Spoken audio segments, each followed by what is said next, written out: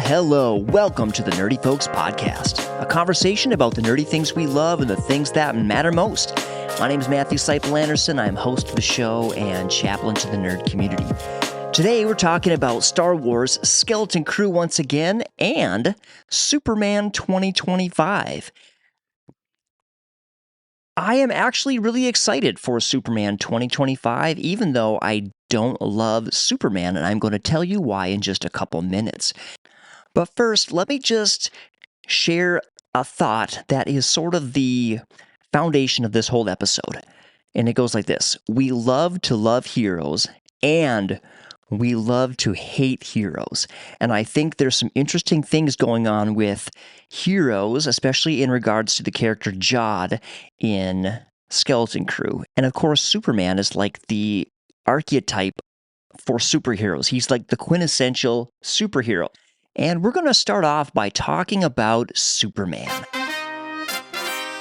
I mentioned I don't love Superman, and I think that if you're with me, you don't love Superman.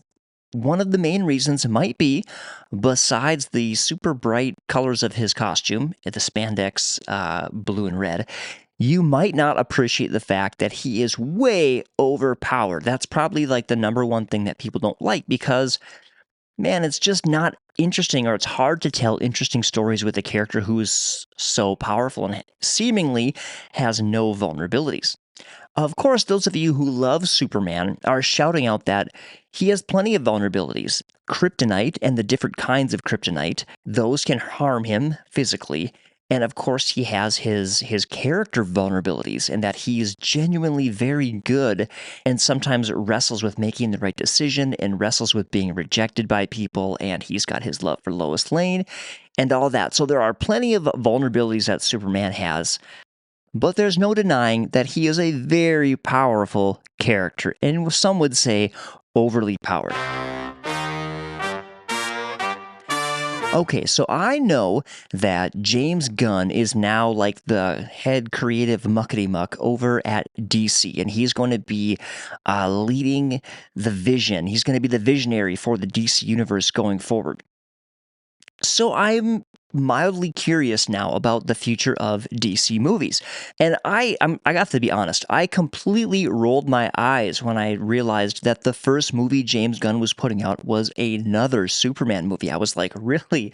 DC, this feels like they've got Superman and Batman and I guess Wonder Woman and Aquaman. And I'm like, especially Superman and Batman have just been so overly done. So I click on the trailer for the new Superman movie, and instantly I am gripped. Here's why. The first shot zooms in on Superman, laying in like an Arctic scene, and he's all beat up and he's spitting out blood and his face is bruised. And it just gave me like chills because it just sent this message that Superman is going to be vulnerable.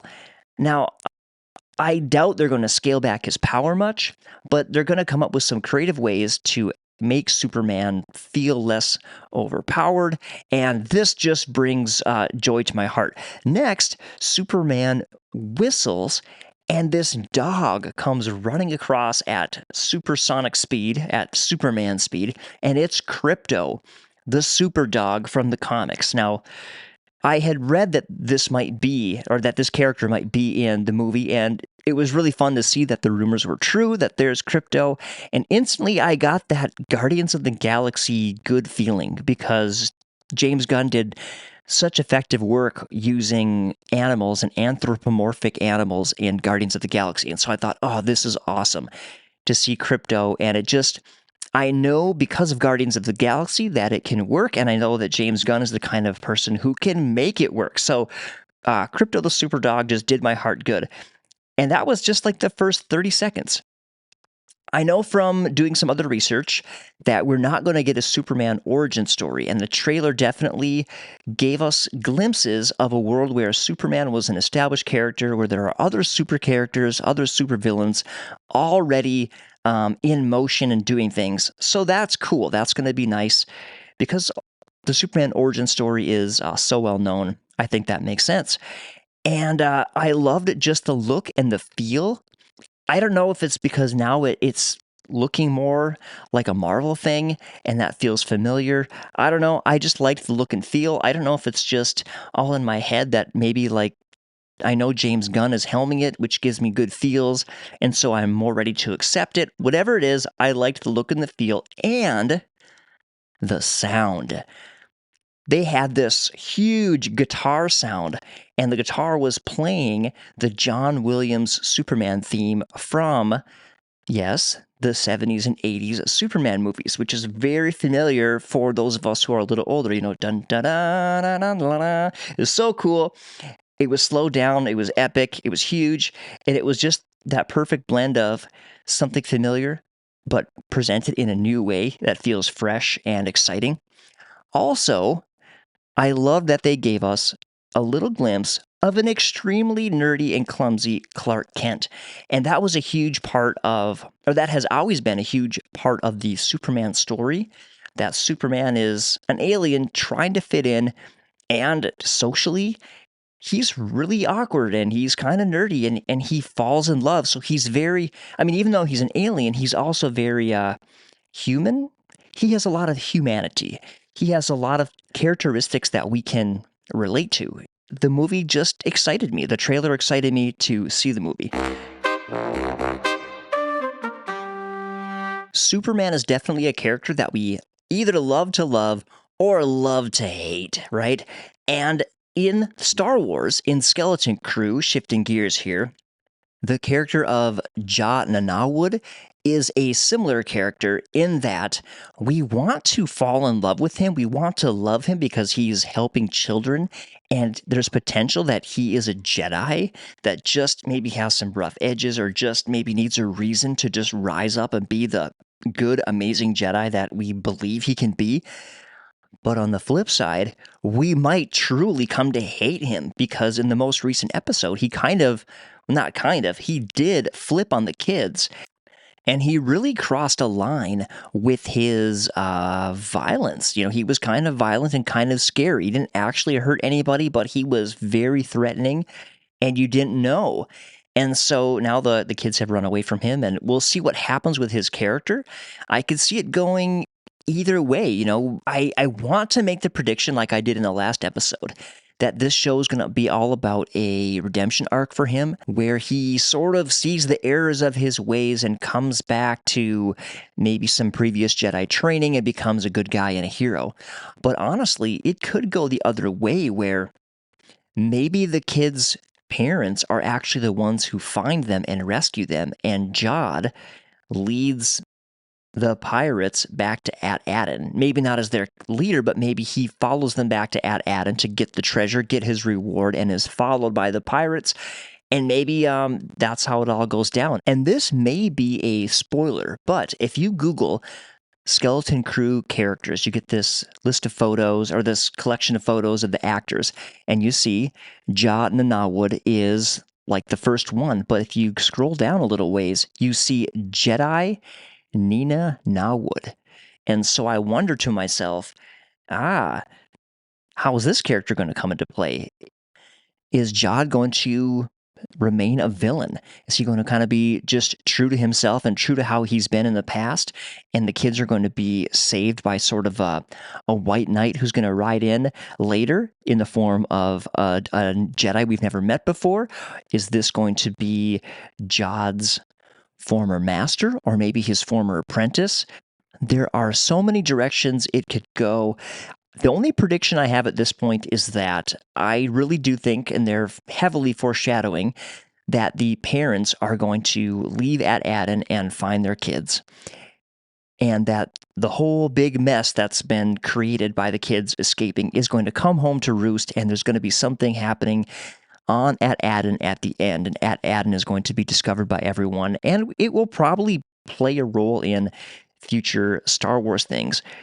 Either way, I highly recommend you check out the show if you haven't already. It's not just for kids. It is a little kiddish, but it's very fun, and I think any Star Wars fan can enjoy it.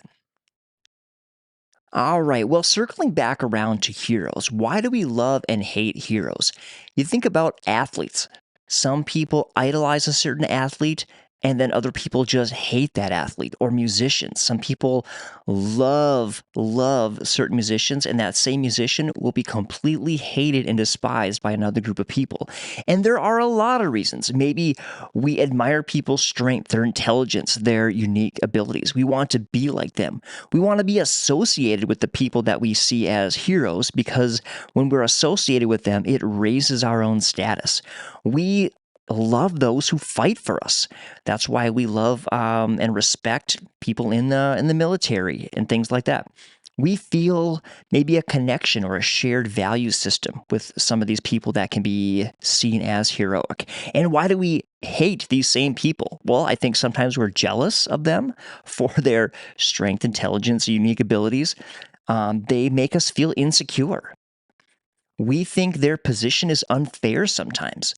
We're suspicious of them. Or maybe we just don't share their values, or we don't want to be associated with them or with the people who love them. It's like, well, they're that, I'm not that, I'm not going to be that at all. Here's my take. In my opinion, it's not helpful to hate people, really ever. And here's why. I think it gives us an excuse to not learn from greatness. Even people that we despise, that we don't connect with, that we don't want to be associated with, we can probably still learn from the good qualities that they do have. People who achieve great things or do great things, there's usually something there that we can learn from. And I think it's important to be open to learn. As one person said, you can eat the nuts, but spit out the shells. And I think in my life, I look at Jesus as the ultimate hero. Jesus had an amazing amount of self-mastery, and that's something we can all learn from. He was others-focused always. Think about his life. If you read the gospel accounts, he had such an amazing focus on training and teaching his disciples. And his time was so short. It was really all about doing what he needed to do, which was teach about the kingdom of God, fulfill the prophecies, and die on the cross. And the rest of his time, he really focused on catapulting his disciples forward, because he knew they were going to carry the movement of what God was doing from that point on, from when he left the earth on. Jesus was not hateful. He didn't bear a grudge. Even on the cross, when they were nailing him to the cross, he prayed for the people killing him. He said, "Father, forgive them, for they don't realize what they're doing." It's so powerful, so moving. And yet, even though Jesus was extremely humble, extremely others-focused, he was full of power. He was excellent. He stayed on mission. He brings people together from every culture. That mission, the message of salvation and forgiveness for wrongdoing and for sin just cuts across all culture. It humbles us. In fact, Jesus teaches the great how to be humble, because he was an extremely great man, yet he lived with humility and led with humility. But he also offers dignity to the humble, and he lifts up the humble. He taught things like, hey, you see this person who's only giving a little bit into the temple treasury? Man, she's giving more than anyone else because she's giving out of her poverty all she has. And God recognizes that, the sacrificial giving, even though it's a small amount. That's just one example of how God offers dignity to the humble, and yet he humbles the proud. And there's so many things we could say about the life of Jesus, but I just think he is the ultimate hero. Well, I'd love to hear your thoughts about Superman and Star Wars Skeleton Crew. What are you excited for coming up in the weeks and months ahead? I can't wait to be talking about it in the next new year. Hey, if you want to connect with us, you can reach out through our website, nerdyfolks.com. We would love to hear from you. And of course, like I always say, until next time, I love you. God bless. Take care. Bye-bye.